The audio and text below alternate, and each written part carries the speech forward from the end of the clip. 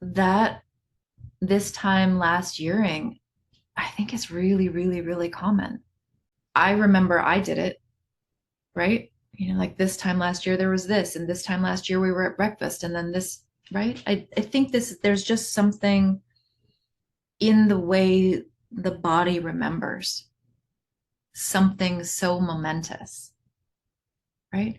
If you think of, you know, folks who are celebrating a birthday, like if your parents are celebrating your birthday and they're looking back, like the day you were born, there was this and this and this, like this is one of the ways that we tell stories. This is one of the ways that we commemorate anniversaries of any kind, is to tell the story of the time it first happened. I don't know what mechanism that is in the mind as a storytelling creature or as a way to mark time, but I think this is just something that happens with really big life altering events, right? Your body is going to remember. If this is something that's going to happen, I think we get to choose, how do I take care of myself? How do I relate to myself when this has happened? How do I tell myself the story of what's happening now, right? I love that you're talking to your therapist and you're writing and you're keeping up your work routine in the ways that you need to, right? I think adding in that layer of, it's incredibly painful and is my mind and my body are remembering. This was such a powerful and painful event. It makes sense that I'm remembering this time last year. Is there anything I need to help myself through this? What do I need to make this remembering as gentle as it possibly can be? Right? This is an event that is happening. This is something that my body, mind, psyche, heart, spirit is doing. Can I make this more gentle on myself? There is really no way that you could have anticipated this because you've never had to live this before, right? You've never had to live the lead up to the last week of your mom's life before, right? All of this is new.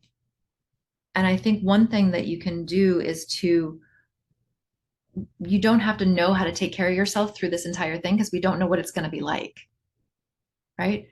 It's more of, in this moment, I'm anticipating the like dread of the next week. Okay, is there anything that I can do to help myself in this moment? Right? That's where you pull in all of those tools about like not future tripping. I don't know what it's going to be like. Today, right now, it is like this.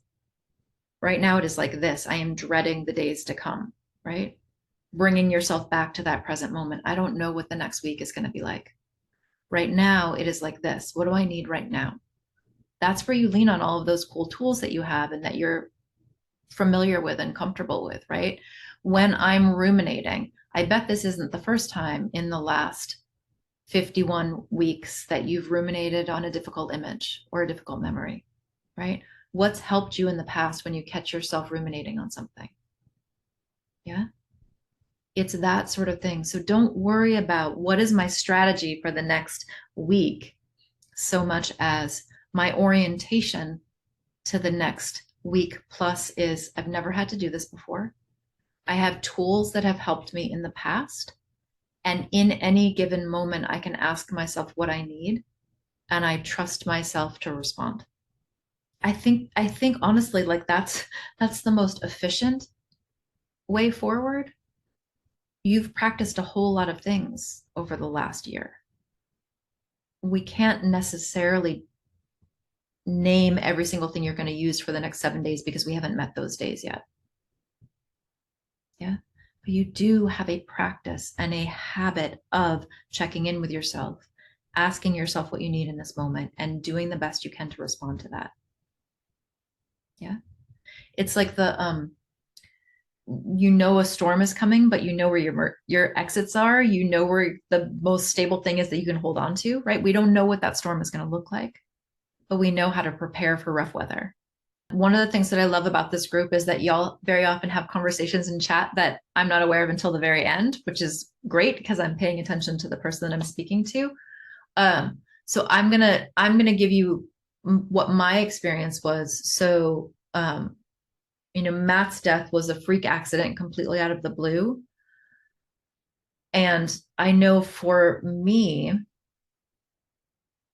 that this time, blah, blah, blah, lasted for a couple of years. It got less intense, didn't throw me to the ground for years, right? But it took a very long time before my body and my mind would go, this time last year, we were at breakfast. This time last year, the search planes were overhead, right? Or this time 3 years ago, this was happening. And then the other side of that, I don't know when it happened, but the first time that I didn't do that was also not awesome, right? Because how dare even my body not remember, right? There's no winning. There's no winning in that one. Like you do the countdown or you don't do the countdown, like, right? What you have is how you hold on to yourself and how you hold on to your world. I don't know how long it's going to last. And I think when you get into a conversation in chat or wherever else about other people's experience, you're going to gain some validation, right? And you're going to gain maybe some ideas and some tools, but there is no guaranteed way through this, right? Because if somebody said, you can do these 3 steps and you won't do this countdown again, one, they're lying. And 2, not doing these steps might not feel great either. Yeah. I'm always in favor of having conversations about what these countdown periods are like as a way of feeling heard and supported and validated. And I know you know this, but less about getting a prescription for how to do it differently. Yeah. Yeah. I want to reflect that thing back to you again, that you have literally never done this week before, right? You've never had to relive this time last year before. Yeah. Grace and patience and kindness and giving yourself access to the tools that you've spent such a long time practicing.